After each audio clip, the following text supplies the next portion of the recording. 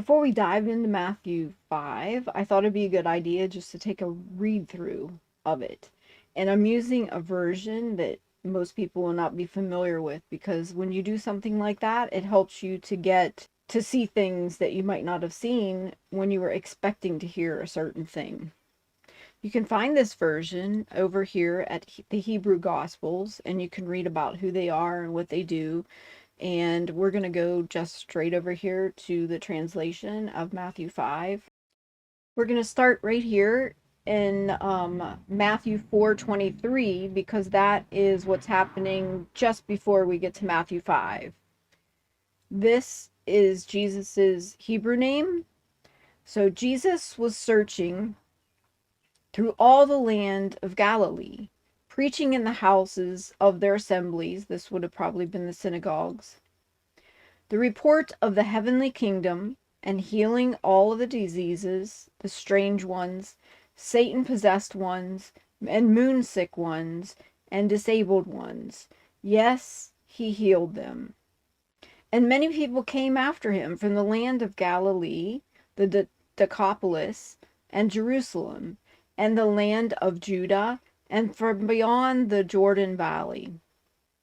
Jesus regarded the people who were coming to the mountain, and when he had set himself down, the Talmidim, which is the disciples, so remember, he's not teaching to everyone, this is the disciples, drew near unto him. He opened his mouth and taught them, saying, Blessed are the humble ones of spirit, for theirs is the kingdom of Yahweh. Blessed are the weeping ones, for unto them comfort will come. Blessed are the resting ones, for they will inherit the earth. Blessed are the ones hungry and thirsty for righteousness, for they will be satisfied and will become satisfied ones. Blessed are the compassionate ones, for they will obtain compassion. Blessed are the pure ones of heart, and they will see Yahweh. Blessed are the men of Shalom, for they will be called the sons of Yahweh.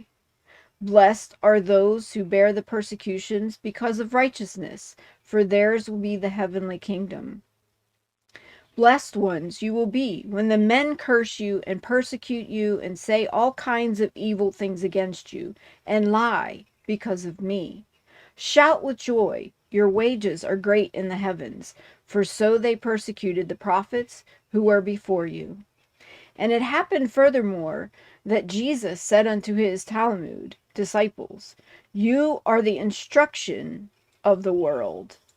But the instruction is cut off by them who are not saved, and nothing else is fit, except to cast them to the street and to trample them. The light of the world is not able to hide the city that rests on the mountain. No man lights the lamp in order to set it under a covering, but to set it upon the menorah, in order to give light to all those who are in the house. So let your light shine before all, that they may see your good deeds and praise your Father who is in heaven. Do not think that I have come to throw down the Torah and the prophets. On the contrary, I come to confirm. I say unto you in truth that not one word will be diminished from the Torah, that it would not be performed until the end of the world. And whosoever transgresses one of these smallest commandments, or teaches to break them, he will be small in the kingdom of heaven.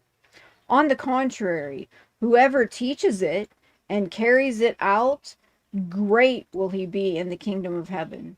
And I say unto you in truth, that if you do not become righteous ones, more than the ones and this is the Pharisees, you will not enter the kingdom of heaven. That is right. You yourself have heard what was said to the first ones, do not murder, and that whoever murders is fit for judgment.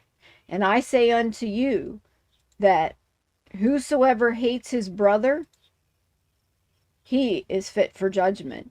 And whoever say to him, Pity, he will be fit for the fire of Gehenna.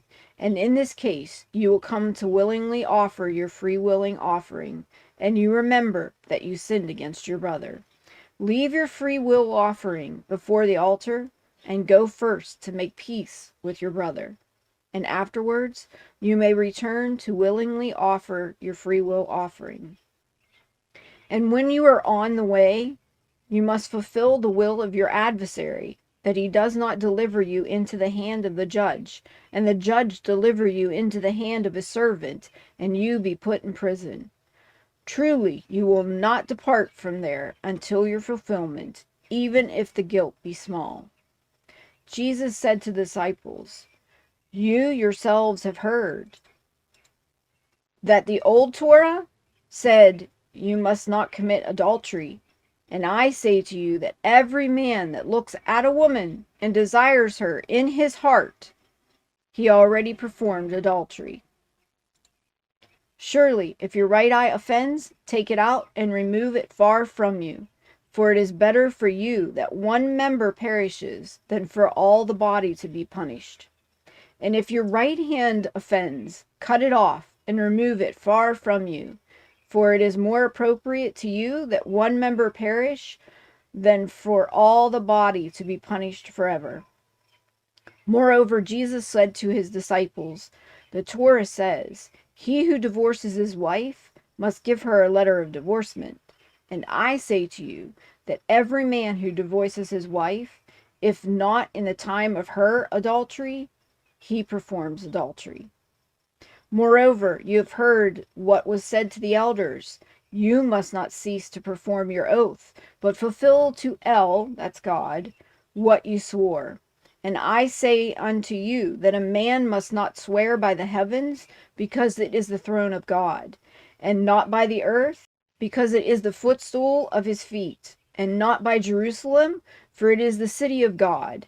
And you must not swear by your head, for you are not able to make one hair white or gray. Let your speaking be no, yes, the rest is evil. You yourselves have heard that the Torah says, an eye for an eye and a tooth for a tooth. And I say to you that you must not repay evil with evil, but good for evil. Certainly, if a man smites you on the one cheek, appoint for him the other. And whoever tears away from you the garment by force, allow to him the cloak. And whosoever compels you to walk 1,000 steps, walk with him 2,000. And whosoever asks of you, give to him. And you must not argue with whoever wants to borrow from you. More, Jesus said to his disciples, you yourselves have heard that the Torah says, but you must love your fellow as yourself. Also, it was said, you must be angry with your enemy. And I say unto you, you must love your enemies, and do good to those who do evil to you, and pray for your persecutors, in order that you may be sons of your Father who is in heaven, who brings out his sun over the good ones and the bad ones, and over the righteous ones and the wicked ones. If you love those who love you, what wages will reach to you? Do not the renowned wicked ones do this self same thing? And if you meet with shalom your brothers only, do not the governors of the Nostrand do this thing? If so, you must be complete ones, like your heavenly Father is complete. We'll let that sit right there, and we'll be coming back next week, and we'll start diving in verse by verse.